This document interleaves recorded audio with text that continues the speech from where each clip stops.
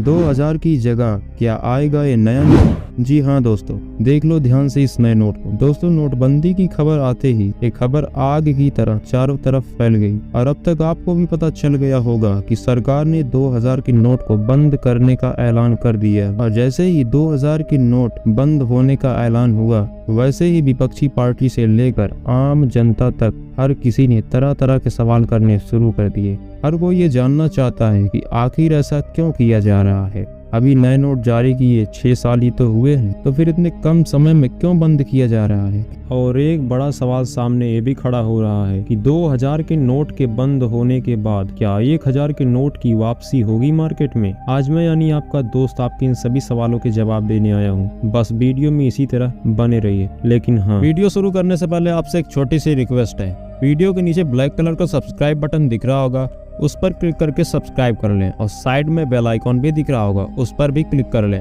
ताकि आपको वीडियो मिले सबसे पहले। दोस्तों, 30 सितंबर 2023 के बाद 2000 का गुलाबी नोट इतिहास बन जाएगा। वैसे तो आम जनता को ये नोट अभी से ही नहीं दिखाई देगा। जिन लोगों ने 5-6 साल पहले से 2000 का नोट रखा होगा, उनके पास ये नोट होगा। बाकी तो मार्केट में 2000 के नोट का प्रचार होना कब का बंद हो गया। ऐसे में सवाल एक खड़ा होता है कि आखिर 2000 का नोट गया कहाँ, और जब मार्केट में ये नोट है ही नहीं तो सरकार इसे बंद क्यों करना चाहती है। क्योंकि दोस्तों, अगर आम आदमी की बात की जाए तो 2000 का नोट बंद होने से उसकी जिंदगी में कोई खास प्रभाव नहीं पड़ने वाला, और ज़्यादा से ज़्यादा होगा तो उसे बैंक का एक चक्कर लगाना पड़ेगा, जिसमें वो या तो अपनी नोट को बदलवा कर उसके बदले में उसी राशि के 500 के नोट को ले सकता है, या फिर अपने पैसे को बैंक में जमा करके चिंता मुक्त हो सकता है। लेकिन असली खटिया तो उन लोगों की खड़ी हो रही है जिन्होंने नोटबंदी के बाद जैसे ही 2000 की गुलाबी नोट आई उन्हें दबा कर रख लिया।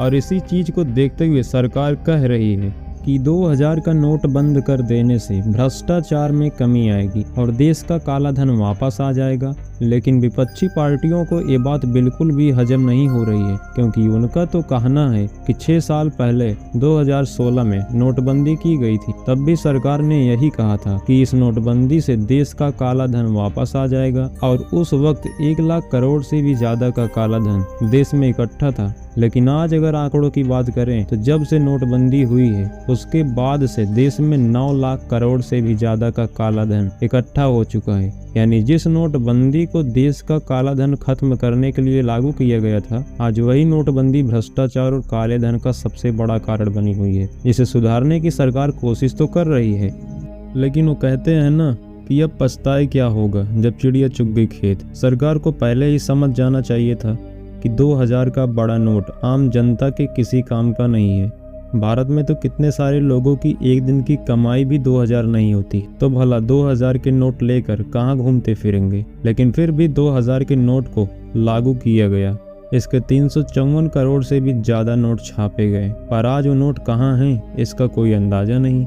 अब जाहिर सी बात है, ये नोट काला धन इकट्ठा करने वाले लोगों ने अपनी अपनी तिजोरियों में छिपा कर रखे हैं। तभी तो ये नोट इतनी बड़ी संख्या में छापे जाने के बावजूद सर्कुलेशन में अचानक से गायब हो गए। और जब सरकार को इस बात का एहसास हुआ तो उसने दोबारा से नोटबंदी करने का ऐलान कर दिया, जिसके तहत आप 30 सितंबर तक 2000 के नोट को बैंक में इसे वापस करवा सकते हैं।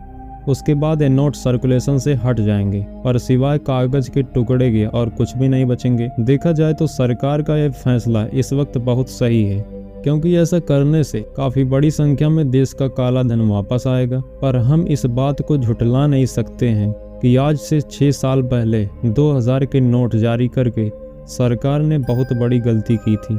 और इसी बात पर विपक्षी पार्टियां तरह तरह के सवाल कर रही हैं। आरजेडी ने ट्वीट करके कहा कि आने वाली पीढ़ियां ये सोचकर आश्चर्य करेंगी कि पृथ्वी पर साधारण सा कागज का नोट आया था जिसके आने से भ्रष्टाचार मिटा था। साथ ही अरविंद केजरीवाल की बात सुनकर आपको बहुत बड़ा झटका लगेगा, क्योंकि इन्होंने नोटबंदी के बारे में ट्वीट करके कहा है कि पहले बोले 2000 का नोट लाने से भ्रष्टाचार बंद होगा, अब बोल रहे हैं 2000 का नोट बंद करने से भ्रष्टाचार खत्म होगा। इसलिए हम कहते हैं पीएम पढ़ा लिखा होना चाहिए। एक अनपढ़ पीएम को कोई कुछ भी बोल जाता है, उसे समझ आता नहीं है। भुगतना जनता को पड़ता है। ऐसे में आप समझ सकते हैं कि अरविंद केजरीवाल ने कितनी बड़ी बात कह दी है। इतना ही नहीं, सपा के नेता अखिलेश यादव कहते हैं कि कुछ लोगों को अपनी गलती देर से समझ आती है। 2000 के मामले में भी ऐसा ही कुछ है, लेकिन इसी संज्ञा को इस देश की जनता और अर्थव्यवस्था ने भुगती है। शासन मनमानी से नहीं, समझदारी और ईमानदारी से चलता है।